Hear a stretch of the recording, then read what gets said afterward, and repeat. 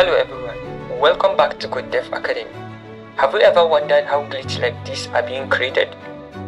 Well, today we're about to go on a step-by-step tutorial on how to create a glitch text with pure CSS only, nothing else. So even though you're a beginner or you're already into web development, this video is for you. So if you're ready to level up your skills, let's get started.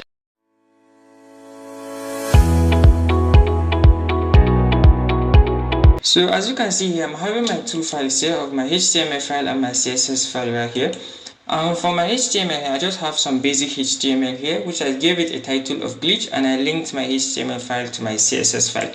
And for my CSS here, I don't have anything. I have an empty file here. So I'm going to head back to my CSS file. The first thing I'm going to do for this my HTML here is to create a H1, and this H1 I'm going to give it a text of glitch, which I'm going to use the text glitch to give the glitch effect on it. So if I save here now, I'm having a text of glitch in my browser. So I'm going to give this H1 a class name. I'm going to give it a class name of glitch, just like this.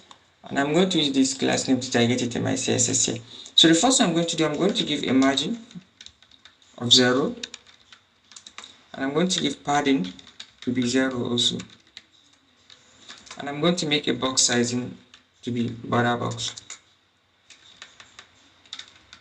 That's actually all we need. Now what I'm going to do, I'm going to target my background here because I'm going to change the background color. So I'm going to make body here, and I'm going to make background color. This is the color we need, and we're going to need a color of text to be white, just like this. Now that's actually what we're needing. So what we're going to do now is we're going to target our glitch, which is our H1. So I'm going to write glitch.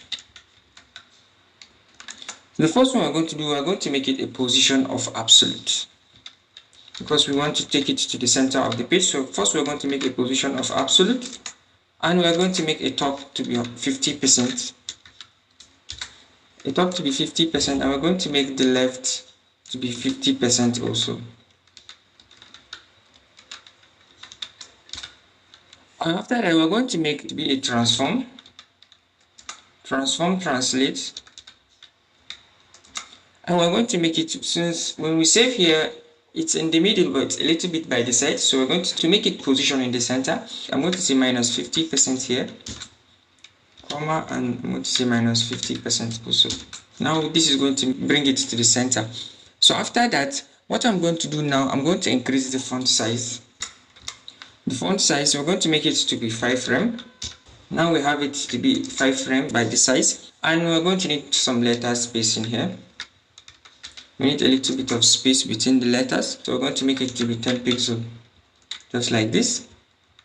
So what I'm going to do now, we're going to make a cursor to be pointer because we want a finger to appear when we hover on it. When I say here, now we are having our cursor pointing at it. So that's actually what we need for our glitch. That's all we need for our text here.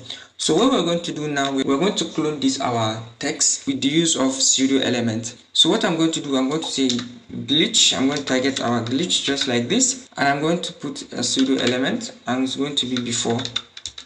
So what I'm going to do now in this my pseudo element, I'm going to use the content property. So within this content, I'm going to write the text glitch, or let me use caps. I'm going to write the text glitch. So when I save here, if you notice here, we're having two glitch texts here, but it is an inline form, so it's going in the same line. If you look, as you can see, we're having two texts of glitch here. So let's head back to our stylus. Now let me make it to be a display block so that you can actually now see it in its block form.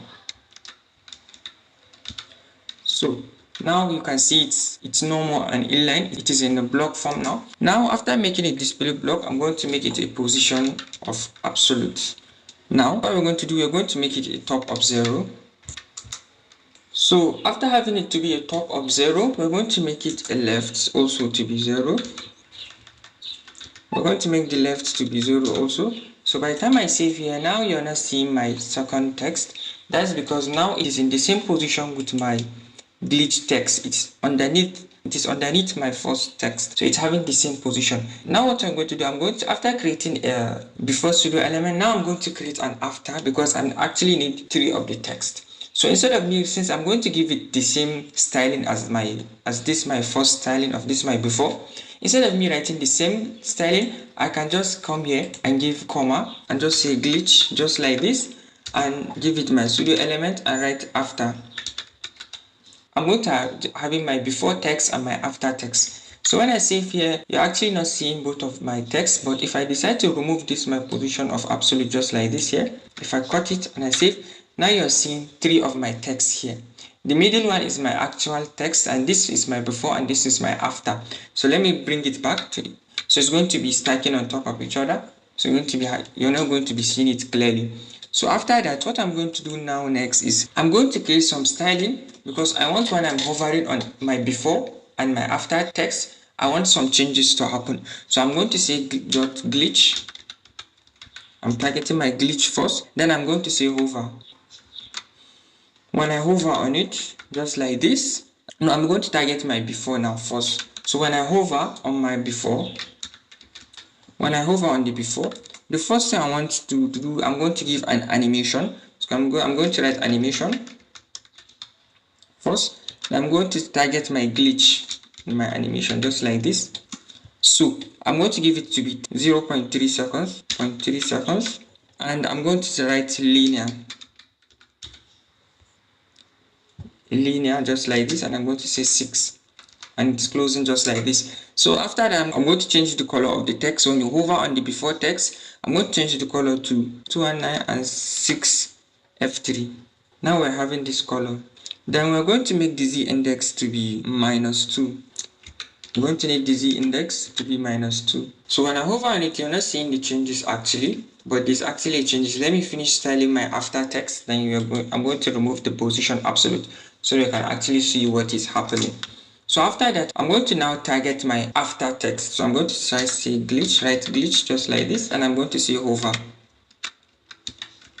So when you hover on this my after text, there are some changes that's going to happen. So I'm going to say after. So the first thing I'm going to do also for this, I'm going to make an animation just like the first one. Then after that, I'm going to target the glitch, and it's going to be 0.3 seconds also. 0.3 seconds and linear 6. So if I save here now, you're actually not seeing anything, but let me remove this my position of absolute just like this. By the time I save it, now you're seeing my 3 text here. By the time if I hover on it, as you can see here, this is actually what we're having here.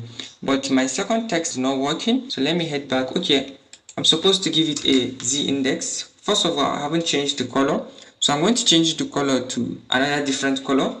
So I'm going to say color, and I'm going to give a z index to be -1. Since the first one here is -2, so I'm going to make this second one to be z index -1.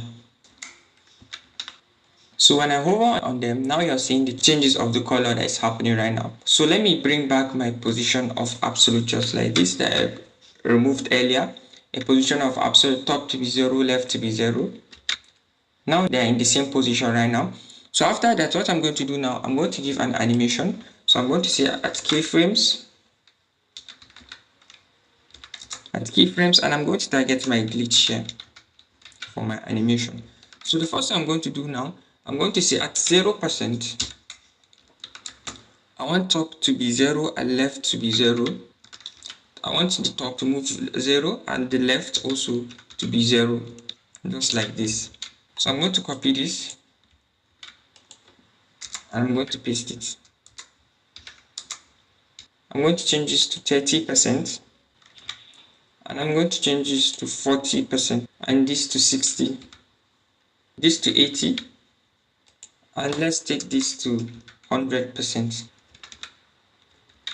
So that's actually what we want. At 0%, we want top to be 0 and left to be 0. At 20%, we want top to be -5 pixel and left to be -5 pixel. So at 60%, we want top to be 5 pixel and left also to be 5 pixel. At 80%, we want top to be -5 pixel and left to be 5 pixels. At 100%, we want top to be 0 and left to be 0. So let's save this and let's see our result. So by the time I hover here, and now you're seeing what we're having here. We're having this glitch effect because of this animation that we inserted right now. Now we're having this glitch effect. So let me head back and explain it by here. If you look at my HTML here, I just have a H1 with a class name of glitch and a text of glitch also. For my CSS here, I give it a margin of 0, a padding of 0, and a box sizing to be border box, and I gave the background color and I gave a text color. I made the glitch text to be position absolute because I want to center it at the center of my page. That's why I gave it a top of 50% and a left of 50%, and I gave it a transform translate of -50% -50% just to make sure it is centered at the center of my page. And I gave it a font size of 5 rem just like this, and I gave it a letter spacing because I want a little bit of space between the letters, which I gave it a 10 pixel, and I made a cursor to be pointer so that when I'm hovering on it, we're going to be having a finger pointing at it. So what I did next was I gave it a pseudo element, which is my before and after pseudo element, which I wanted to have 2 more texts. That's why I made it a pseudo element. And I gave the content a glitch. That was why we were having a text of glitch that was appearing. And I made it to be blocks so that they could be stacking on top of each other. And I made it position of absolute. I gave it a top of 0, left of 0. That was why now they were not visible. They were staying in the same position. All the 3 texts here were in the same position. So what I did was I gave some styling so that when I'm hovering on it, we should have some styling that was happening. The first thing I gave an animation, and I targeted my glitch. I gave it a 0.3 seconds linear. And what I did here, I gave it a color because when I hover on it, I want this color to appear. And I gave this a z index of -2. So what I did now next is I targeted my before after. Now also I gave it an animation and I gave it a color, and in this case I made the z index to be -1 so that they should not be having the same z index. So in this case, let me come here and say reverse. I forgot to give this reverse here. So what this reverse is going to do is going to give a reverse of what my before here is doing. So this one is going to be a reverse case of what this one is doing. So my after is going to be a reverse case of what my before pseudo element is doing. That's what this one means. So after that, I made a keyframe for my animation. I targeted my glitch. I said at 0%, I want it to move 0, top to be 0 and left to be 0. That means it's not going to move. At 20%, I made it to be 0. Also in this case, let me make it to be, at 20%, I made it to be 0 and I made the left to be 0. At 40%, I made it to be, okay, in this case, let me make this to be -5 pixel. Let me make this to be 5 pixel and this to be -5 pixel. At 20%, I made my top to move 5 pixels up and to move left -5 pixels by the left hand side. At 40%, I made it to move top to be -5 pixels, left to be -5 pixels. At 60%, I made it to top to move 5 pixels and left to move 5 pixels. At 80, top to move -5 pixels and left to move 5 pixels. At 100%, it was constant, top 0%. Left to be 0%. That's actually why we are having this kind of glitch effect, just like this here. When I hover, now we're having this. When I remove it, and when we hover, now we're having this kind of glitch effect. If this video was helpful, please don't forget to like this video and tell me your experience while watching this video. And if you have any question, please ask me in the comment section and I will be glad to answer you. If you want to join us in exploring the world